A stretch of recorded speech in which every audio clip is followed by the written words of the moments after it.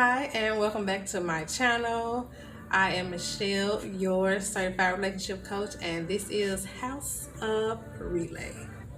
So today I wanted to talk about things you should consider before marriage. A few of those deal breakers. Now, we all know marriage is a great thing, and it seems like in this day and age, 2021, all the way back to like 2016, marriages seem to be a dead end or the end of something versus the beginning of something beautiful and amazing like it should be. But nowadays, you don't come across a lot of folks that actually want to get married. They consider it just traditional. And I don't think a lot of people understand the tradition behind it. However, in some cases, yes, marriage is traditional. However, you can switch things up and make it what's best for you and your spouse. So, some things that you should consider that I wrote down that I think may be a couple of deal breakers will be his or her values, your beliefs, and family. All three can cause a major problem in a marriage. They should really be thought about before you say I do on that married day. So for instance, your values, what you consider your priority, what you can't do without, or what do you want to work for that can get you and maybe your spouse a little further.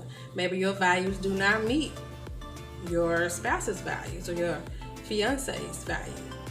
You should definitely consider that, because if you are not in like-minded situations, then it could possibly end something before it gets started. And in some cases, that might just be what you need. This is a conversation that you need to have. Values can go a long way. You might start out and have some really good values together, and then later on they just disintegrate. You go separate ways on that thing, and that could still potentially cause more problems. That falls back to communication. You need to talk to your fiance and see where y'all stand on values, okay? Number two, your beliefs. Beliefs are heavy in any household, okay? You should know this. Your beliefs don't have to be in regards to church. It can be church or not church, any type of religion or not religion. Whatever your beliefs are, you should be with somebody that actually is like-minded to those beliefs, because your beliefs can separate you or it can bring you together, okay? That can definitely be a deal breaker. And in the Christian world, I suppose, they have the saying of being unequally yoked. It can cause a problem. Like, I've seen couples, they believe in a higher power, and you got other side of the couples do not, but you together because you like each other enough to so-called love each other, but you can't stand what each other might do in those particular areas. And it will cause a constant rift, a disconnect, create huge frustration, and then later just separate. So you need to really consider that deeply. Third on my list is family. Each other's family, okay? Family can be a headache or a blessing. That's all in how it goes. And it doesn't have to be necessarily how you want things to go. You can come into your fiance's family and they do not like you just because. And for that'll cause another problem depending on your strength, your mental stability to withstand. You understanding why you in this relationship. You're not in a relationship for this family, or you are. So you definitely need to get an understanding, because everything is not going to flow like you think it should flow, depending on the situation and you two idea of what your relationship should be.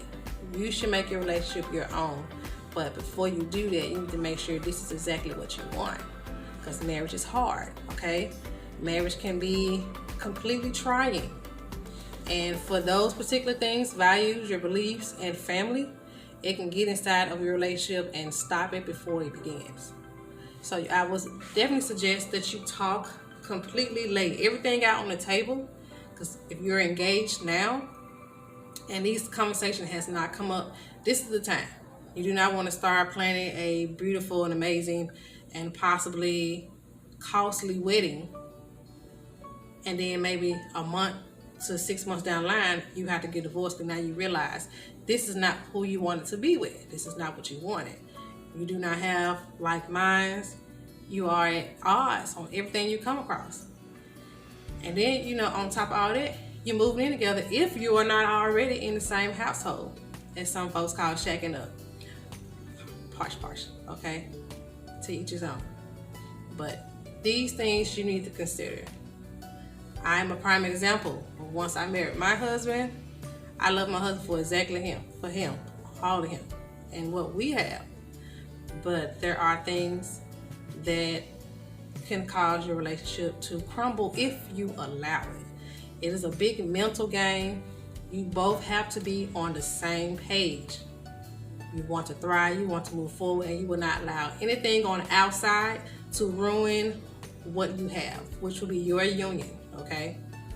And it's not going to be easy. Sometimes you might go into your marriage, if you make it that far, and the first 5 years are smooth. No problems. You're loving it. Everything is great. That's wonderful, okay? But after 5 years, it might turn. Then what you going to do? Are you going to just fall apart? You're going to run away from it? You're going to call it a divorce? Before you say those words, I do, if you make it to the altar, you need to be serious and sincere about these words. Don't just get up there and be all fascinated about actually somebody proposed to you. You're now planning a wedding. I'm about to get married. I'm at the altar now. Because after that, it gets real. Don't be so oblivious to what marriage consists of, okay? In a relationship, it's work to some degree. But marriage takes on work to a whole nother level. You got to do more compromising, you know. It depends on what you compromise with. More talking, more listening, realizing what you like, what you don't like, what works for you and your spouse, and what doesn't work. Everything comes to an effect then. But you have to keep other things outside of your marriage, okay? If you make it to marriage and you get there, leave everything else out. Trust me, leave everything else out. Especially when it comes to families. I've heard people say, oh, when you marry this individual, you married the family.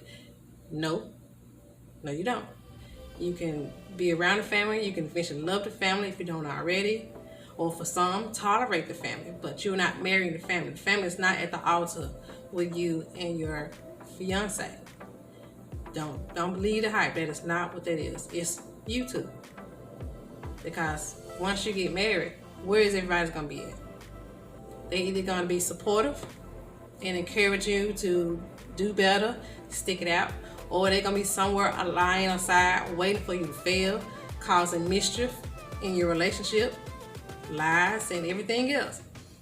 So you need to make sure that you're with a partner that is with you. Y'all are together like minds. You want to grow and build and do things together, forsaking everything else. Do not take that lightly, okay? Because marriage is beautiful. It is an amazing union when you're with the right one that's ready for the same thing that you're ready for, that has the same values and beliefs that you have and want those to evolve, okay? But you have to do that. Please consider these things before you take that big plunge, okay? This is a beautiful thing, but have that conversation if you have not. Make sure y'all on the right page, you all understand each other, and that once you do make it past the I do's and you went past your honeymoon stage, that y'all still have something good to stand on and keep growing on, okay? Keep that going. You need to keep it thriving. It needs to stay healthy, all right? Keep everybody else out of your business, period. Keep them out of your business. Please keep them out of your business, okay? Including extra close family, okay? Because not everybody mean good things for you, okay? Some folks just do not, and some people will be there to encourage you no matter what. But these are my 3 things. Please can have this conversation and consider this before you take the next step.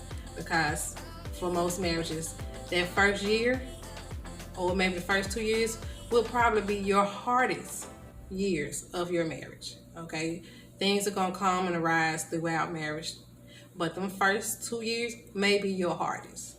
Okay, so make sure that before you say I do, that you are on the same page with your significant other or fiance. Okay, so that is my advice for today. I hope you have a great day and a great rest of the week, and I will talk to you again on later. Again, I am Michelle Hardaway, your certified relationship coach, and this is House of Relay. Hi, love.